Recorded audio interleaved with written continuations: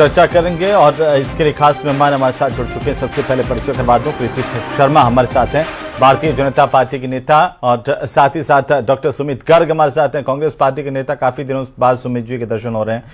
आशुतोष रावत हमारे साथ हैं, वरिष्ठ पत्रकार के तौर पर, और निरंजन पोद्दार भी हमारे साथ हैं, राजनीतिक विश्लेषक के तौर पर। सबका स्वागत, सबका अभिनंदन। और पोद्दार साहब, कैसे इसे देखा जाए? देखिए, बीजेपी के अपने तर्क हैं सरकार के, और विपक्ष के अपने तर्क हैं। देखिए हेमंत जी, जिस तरीके से भारतीय जनता पार्टी किसी चीज को प्लान करके और लेकर के आती है, तो वहां पे आपको ये चीज देखनी पड़ेगी।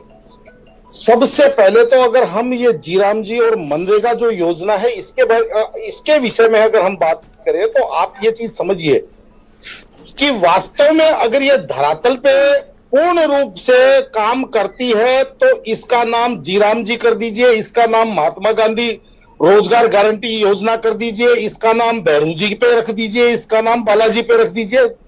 उस प्रभावित पक्ष को इससे कोई फर्क नहीं पड़ता कि इस योजना का नाम किसके नाम पे है। उस प्रभावित पक्ष यानी कि जिन लोगों के लिए ये योजना है, उन लोगों को इस चीज से फर्क पड़ता है कि उनको ये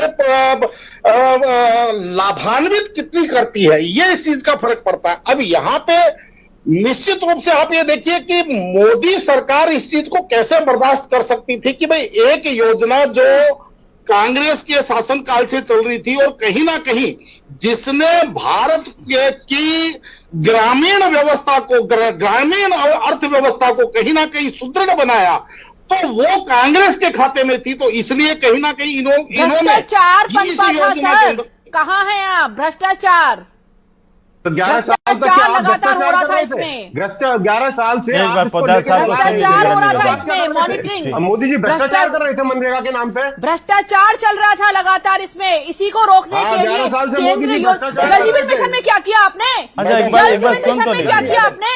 आपने कौन सी ऐसी योजना थी केंद्र सरकार की जो राज्य सरकार लड़ना जरूरी है क्या? हमें सुन तो लीजिए।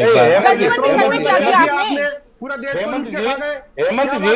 हेमंत जी पोद्दार साहब को हेमंत जी, कुछ विद्वान प्रवक्ता ऐसे आते हैं जो राजनीतिक दलों के प्रवक्ताओं के साथ जब तू मैं करते हैं, वो बात तो समझ में आती है, लेकिन जो विचारक और जो विश्लेषक होते हैं उनके साथ भी, और अगर ये मेरे मुंह में उंगली डालेंगी तो मैं यहाँ पे और बहुत सारी चीज बताऊंगा। आप तो नोटबंदी कर रहे थे, आप तो कह रहे थे कि देश के अंदर काला धन खत्म हो जाएगा, आतंकवाद खत्म हो जाएगा।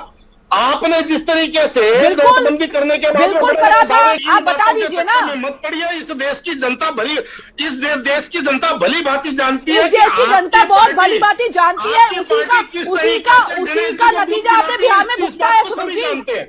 उसी का नतीजा आपने भुगता है आपने बिहार में। किसने भुगता है? भारतीय जनता पार्टी। उन्होंने, निरंजन पोद्दार साहब ने क्यों भुगता है बिहार का नतीजा? क्या बात कर रही हैं आप भी?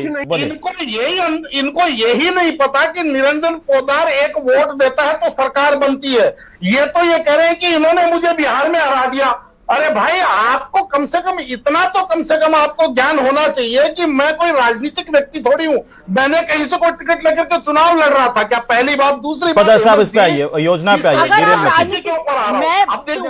हेमंत जी, थोड़ा सा इनको शांत करवाइए, मैं अपनी बात कंप्लीट करूं। हाँ, जल्दी से कंप्लीट कीजिए सर। हाँ, तो हेमंत जी, इस योजना के ऊपर संदेह इसलिए गहराता है क्योंकि जिस तरीके से पूर्व योजना और वर्तमान योजना में एक बहुत बड़ा अंतर सरकार ने डाल दिया कि अब जो 40% इसका जो भागीदारी होगी वो राज्य सरकार की होगी, यानी कि 40% इसके अंदर राज्य सरकार भुगतेगी और 60% केंद्र सरकार भुगतेगी। और इस चीज को आप समझते ही हैं कि भारत के अंदर जितने राज्य हैं उनकी कहीं ना कहीं घाटे की अर्थव्यवस्था चलती है। कहीं ना कर्ज चुकाने के लिए भी कर्ज लेना पड़ रहा है। कर्ज का जो ब्याज चुकाना है, राजस्थान तीसरा ऐसा प्रदेश है जिसमें ब्याज चुकाने के लिए भी हमें कर्ज लेना पड़ रहा है। तो ऐसी स्थिति के अंदर जिस तरीके से अभी माननीय मैडम कह रही थी कि इसका क्रियान्वयन जो है वो राज्य सरकारें करती है, तो राज्य सरकारें कहीं ना कहीं, चाहे वो इस पक्ष की हो चाहे किसी भी पार्टी की हो, वो कहीं ना कहीं अपना राजकोष बचाने के चक्कर में कुछ कहना चाह रही मनरेगा से कहीं ना कहीं थोड़ा सा दूरी बनाने की कोशिश करेंगी, यानी कि घोषित रूप से इसके ऊपर कैंची चलाई जा रही है। ठीक है।